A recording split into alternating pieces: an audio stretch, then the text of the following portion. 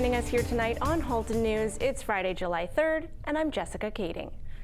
We have 4 newly confirmed positive COVID-19 cases reported since yesterday, but 2 more recoveries as well, so that brings our total number of active cases to 56 in the Halton region. Of those, 11 are in Burlington, 14 in Oakville, 24 in Milton, and 6 in Halton Hills. The outbreak reported by Halton Regional Public Health at Waterford Long-Term Care Home turned out to be a false alarm, as no one there has actually tested positive for COVID-19 after all. This means that there are currently no outbreaks in any of our long-term care homes. Despite the low number of active COVID-19 cases in Halton, especially when compared to Brampton, Mississauga, or the City of Toronto, some local residents are pushing for a mandatory mask policy. Of course, others are against that idea entirely. The medical officer of health in Halton, Dr. Hamida Magani, does not believe mandating masks is necessary at this time. That being said, the mayor of Oakville, Rob Burton, has called a special meeting to take place on July 8th to consider the evidence for and against mandatory mask wearing in all public indoor settings. Mask wearing is currently mandatory on both Oakville and Burlington Transit and encouraged on transit in Milton and Halton Hills. Burlington's Mayor Marianne Mead-Ward has pointed out that through voluntary compliance, we've already been able to achieve the lowest infection rates in the country, but says it's still an open conversation as we want to keep these numbers low. Milton, Oakville, and Georgetown hospitals are ready to offer non-urgent surgeries and procedures again after having them canceled due to COVID-19. The first part of the process of resuming includes calling patients in advance to make sure that they're aware of the new screening procedures and social distancing measures in place. The focus at first will be on less complex surgeries that should not require a hospital stay afterwards. Halton Region's Medical Officer of Health has issued another extended heat warning starting tomorrow. These warnings are issued because exposure to these weather conditions can cause serious health problems. It means the temperature will be above 31 degrees or the humidex above 40 for 3 or more days. Symptoms of heat-related illness include dizziness or fainting, nausea, vomiting, headache, rapid breathing and rapid heart rate, extreme thirst, and decreased urination. If you experience any symptoms as a result of heat exposure, immediately move to a cool place and drink liquids, ideally water. You should also be aware that heat stroke is a medical emergency. Call 911 if someone has a high body temperature and is unconscious, confused, or has stopped sweating. Cool the person as best you can while waiting for that medical attention. A Dodge Ram pickup truck was completely blocking the northbound lane of Brant Street near Birch after it flipped onto its side this morning. The female driver has only sustained minor injuries, but she was trapped inside the vehicle and needed to be extracted by the Burlington fire crew. This was a single vehicle crash and police are still investigating the cause. The lanes were blocked for several hours after 6 a.m., so if you were stuck in traffic near the downtown core, this was likely the reason. The Honourable Lisa MacLeod, Minister of Heritage, Sport, Tourism and Culture Industries, was in Oakville today. She joined with Oakville MPP Stephen Crawford, Oakville North Burlington MPP Effie Triantafilopoulos and Burlington MPP Jane McKenna to make a major funding announcement. The 4 most profitable months for tourism are now, where 40% of our visitor spending occurs, but can't at this moment. And finally, we're dealing with a social crisis. That means just because we flick the switch and we're open for business doesn't necessarily mean people will want to go back to their old consumer behaviors, which is why the ministry is investing $13 million to encourage Ontarians to reconnect in their home communities. And that's why today I'm here to announce that the Government of Ontario will be announcing $350,000 into this community for hyper-local marketing.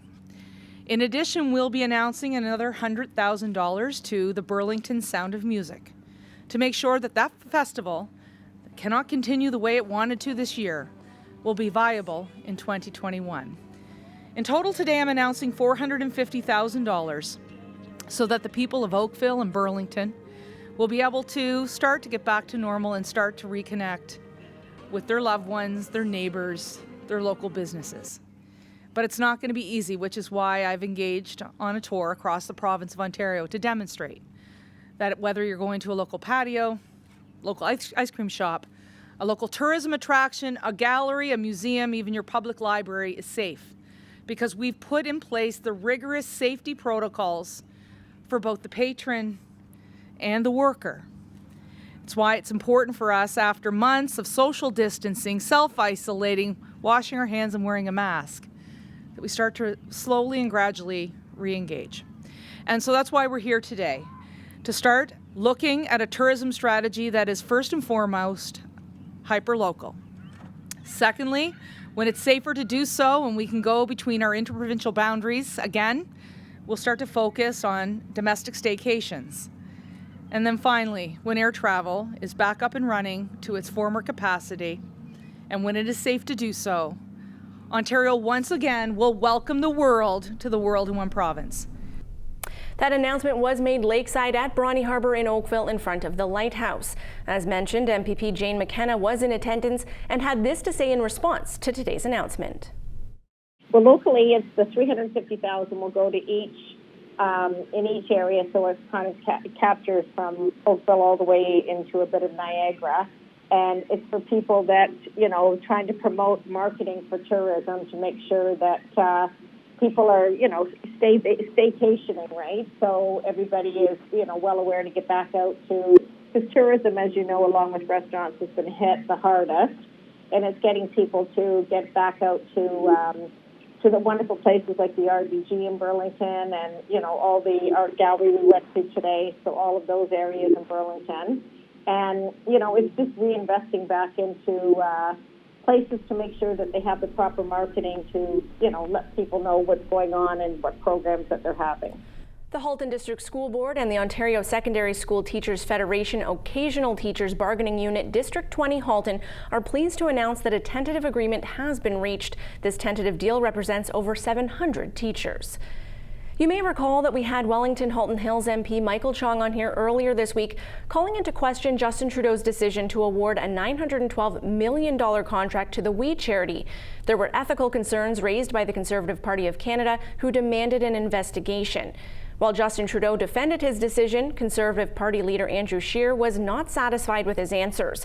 As of today, the We charity themselves made an announcement that they are pulling out of the contract and will repay all funds already received. NDP leader Jagmeet Singh took to Twitter to explain why he does not think that this cancellation ends the controversy. He says that, quote, the Prime Minister still needs to answer for this scandal, end quote. A Milton High School student has one of the coolest internships, and it's with NASA. Melissa Candelaria caught up with this student to get more details on how she got herself into one of the most competitive internships in North America. Oh, do you see there? Well, hello. My name is Shanze Sial, and I'm so excited to be applying for the NASA Scenes internship. This is Shanze Sial, a Bishop Reading High School student in Milton who was one of only 45 students to get into the NASA Seas internship program, a program that sees hundreds of applications every year. The internship began in May. Sayal says she wasn't sure if the program was going to even happen because of COVID-19. So when I got in, I was so excited, and I saw that it started in May. I had to do just an introduction, just a small, short, one page about who I am, as I won't be able to physically see my interns and the NASA scientists and engineers, so they wanted a picture of me and my interests. So I sent that in, and then actually in June, end of May and starting in June, I received a module, which is module 4 of Mars and Beyond. So I'm learning whether humans can go live on Mars and how they can. And I started my first project, which was a presentation on why or why not I would go to Mars. Of course, that is only one of many projects she will be doing at NASA, but how did she get to this point? Sayal says the journey to NASA began in grade 10 when she started to gain an interest in computer science. I just took the course to see how it is, and I loved coding, and the language Python is so much fun to code in, so I coded so many different programs and games that I knew this is something that I really love, as it also has kind of an application in math, and I love math. And then last year I went down to Boston, Massachusetts at Massachusetts Institute of Technology, one of the best schools for computer science and technology, and I went there got accepted for a coding camp. So I went there for 2 weeks alone, lived there. It was first time living alone, and I went for C++ game development with AI and algorithms, and it was a completely different language, but it was amazing. Like, I was with students from all around the world, from France, Lebanon, China, and I was with college professors from MIT, and I learned so much in 2 weeks. And then I knew that I wanted to advance my computer science skills, especially because I really love AI. So I was researching different internship opportunities in December, and I came across NASA. And I actually do have an interest in space, and I knew that NASA was just a great opportunity that would advance my skills, and I wanted to learn more about how AI and machine learning is being used within NASA's discoveries. With that interest in computer science and artificial intelligence, CL is aware she is one of a few women in this male-dominated profession. However, she says getting into the STEM field as a woman is amazing. They want to see more diversity. They don't see many women going in. So I always say to this that are people who are trying to be inspired, especially young females, the only person that is stopping you from achieving your dreams is yourself. My teachers always just brought the best out of me, and they brought me so much confidence that without them, I wouldn't be where I am right now. And I truly believe that women should definitely consider the STEM field. The NASA internship runs until August. CL says she hopes this experience could pave the way to hopefully work for NASA one day. Reporting for Halton News, I'm Melissa Candelaria. Thanks for being with us here on Halton News. We do need to take a short break, but we'll be right back with some ideas on how to turn your backyard into an oasis. Stay with us.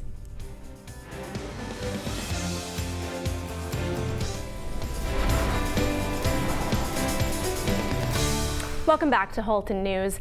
With many amenities and extracurricular activities still closed due to the pandemic, many are spending more time in their own backyards. Nikki Wesley spoke with Jennifer Clausen to get some tips on how to create that perfect backyard oasis. Entering Jennifer Clausen's backyard, you don't want to leave. Clausen, the manager at Centro Garden, has created a space that is both beautiful and functional. So our family spends a good chunk of our time outside in the summer. We live in a house in downtown Burlington, so we don't have as much space as some of the newer subdivisions. So we find it to be an extension of our living area. And so on weekends when we're all home, we eat every meal outside. During the week, typically it's supper outside, and our kids can enjoy the backyard, and we play out here and play on the front street and do spend a lot of time. When planning your backyard oasis, what are some of the essentials you want to consider? Do you want to have somewhere comfortable to sit? You want to outfit that maybe with some extra throw cushions for people that need something behind their back, or a nice blanket for when it gets cooler in the evening. Servingware that you can move from inside to outside. So I always like a nice big tray, whether that's wood or whatever material you have, and some dishes that stand up well outside. So I don't typically myself bring out my stemmed wine glasses. I have some wine glasses without stems that I use outside. There's some nice plastic that you can get as well. If you want to dive into gardening for the first time, what plants would she recommend for new green thumbs? I will go back to the succulents. So they are, again, like I mentioned, low maintenance, don't need very much water. Some of the tropicals I find quite easy as well. It's just a green leafy plant, so there's no pruning or no taking off of dead flowers. If you do get into the flowering plants, the annuals, then some of them do require, like a geranium, for example, really tough, hard to kill plant, flowers for you all summer, but you do need to remove the spent flowers as you go through the season. So a lot of the annuals you'll find just a little bit of deadheading and pruning is needed, but they do give you the pop of color that you want in your garden. To get that professionally curated feel, Clausen shares a simple trick. I like to group different pots together. You don't always have to. You'll see in some spots I just have one larger plant, and in other spots in the yard I'll put 2 or 3 containers together. And then I just do a mixture of textures and colors. So I might have something with a purple leaf next to something with a green leaf, and then have a flower in a third pot. To keep your yard welcoming well into the evening, don't forget illumination. We've strung some little mini lights or patio lights through the gazebo and up towards the house at nighttime, because we found it was getting dark out here by 9 o'clock, and so this extends your stay outside in your backyard, so we can sit out here quite comfortably till 11 or 12 and enjoy our space out here. Reporting for Halton News, I'm Nikki Wesley. We are about to get into our local weather forecast, but first, before we look at those specific temperatures, I want to remind you that there is an extreme heat warning in effect for the Halton region. Hot and humid air can deteriorate air quality quickly, and extreme heat can affect everyone. The risks are greatest for young children, pregnant women, older adults, people with chronic illness, and people working or exercising outdoors. So with a reminder to be safe and check on those most vulnerable, let's take a look at what exactly we're looking at.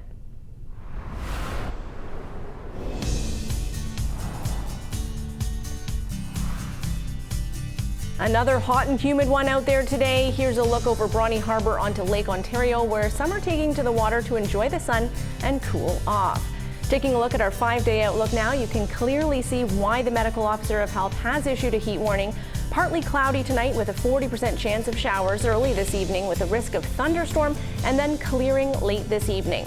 We're looking at highs of 32 degrees both Saturday and Sunday, feeling more like 35 with the humidex, and unsurprisingly, the UV index will be extremely high.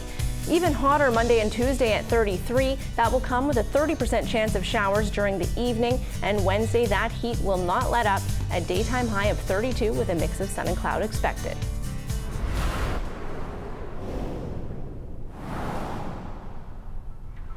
The Milton Chamber of Commerce wants to ensure local businesses and artists know about Shop Here, powered by Google. Thanks to a funding partnership between the federal and provincial governments, small businesses and artists all across the province can start selling online right away at no cost. To apply for the program and receive hands-on support and training, as well as a customized online store, please visit digitalmainstreet.ca and click Shop Here under available programs. Is your small business or nonprofit accessible for those with disabilities? If not, you may qualify for up to $100,000 in funding from the federal government to improve the safety and accessibility of your space. For example, you can create ramps, accessible doors, and washrooms. To apply, visit canada.ca and search EAF, which stands for Enabling Accessibility Fund. And now let's take a look at how some of Halton's top companies performed on the markets today.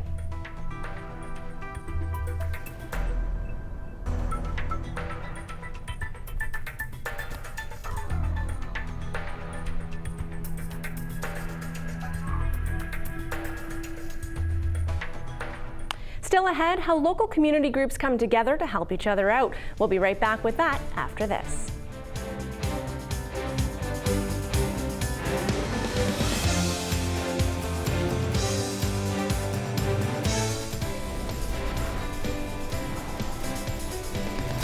Thanks for staying with us here on Halton News. I'm Jessica Kading.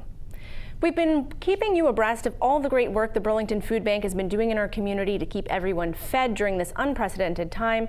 But the truth is, they don't do it on their own. They do it with your support and the support of other generous community partners. For those details, I'll turn it over to Robin Bailey. We just wanted to thank some more community partners that have been really generous to us. We have a group called the Mums Who Run, and they've been giving to us throughout sort of this duration of COVID.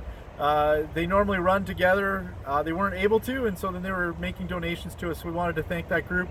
We also wanted to thank the Rattlesnake Golf Course, who just dropped by with a really great donation to help support us as far as food purchases go. They support a number of different community initiatives, and we want to thank them for their continued community support here, not only in Burlington, but also in Oakville, and even a food bank out in Mississauga. So thank you so much to those members. And finally, for those people who do need our assistance, remember, it's a quick email to info@burlingtonfoodbank.ca, or give us a call at 905-637-2273. And we do delivery as well as curbside pickup right now. The curbside pickup, you do still need to pre-order just as if you were doing a delivery.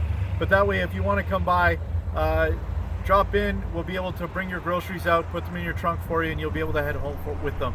Thanks again so much, and remember to stay safe, wash your hands, and wear a mask when it's too difficult to socially distance. Canada Day was different this year, but it seems most of us found a way to enjoy it while keeping safe. In Burlington, as Jane McKenna reports, there was some healthy competition going on between streets and neighbors to determine who was the most patriotic. It was fabulous. So we decided we were just going to get flags and put them out. We actually went out with our newsletter and let people, get through to be able to purchase one that way. Not purchase, they were, given out from our office. But anyway, So we had ordered 1,000, thinking we'd probably get about 400, and then I was out delivering on Friday, Saturday, Sunday, so we ended up all 1,000 were given out.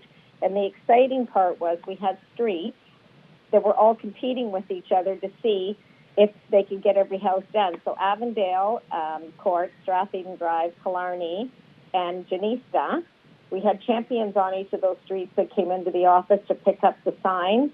And all 4 of those were the big winners. And next year we've already had people calling in for more signs. And they're just thrilled about it to see who's going to be the top contenders next year. It was great. We enjoyed every second of it. The City of Burlington is ready to host another COVID-19 teletown hall on Thursday, July 17th from 6 until 7:30. The focus will be on what summer will look like in our city now that splash pads, pools, parks, and camps are reopening, and what we can expect when we head into the autumn when schools and businesses continue to reopen more fully. We will be broadcasting this live on YourTV. The United Way Halton in Hamilton is hosting an online silent auction this month starting July 2nd, running through the 24th. There are all kinds of fun and unique items up for bid. Money raised will go towards those in need in our community. And whether you want a hoverboard or a Ninja coffee bar, a stroller, or a new aquarium, there's an item there to pique your interest. Check it out at uwhh.ca/event. The Townsend Smith Hospice Foundation is hosting free webinars to help the community during these unprecedented times. The first one is coming up on July 15th and is called Grieving a Loved One's Death During COVID, because COVID-19 has changed the way we experience and grieve the death of a loved one. Tune in at noon on July 15th for strategies and coping methods. To register ahead of time, please visit townsendsmith.ca. I'd like to wish you all a safe and wonderful weekend. If you'd like to visit us on social media, you can do so at YourTV Halton. We're on Facebook, Instagram, and Twitter. If you have any news or story ideas to share with us, please don't hesitate to reach out. We'd love to hear from you with any feedback as well. You can reach us at haltonnews@cogeco.com. We're also online at yourtv.tv. For Halton News, I'm Jessica Keating, and I thank you for watching.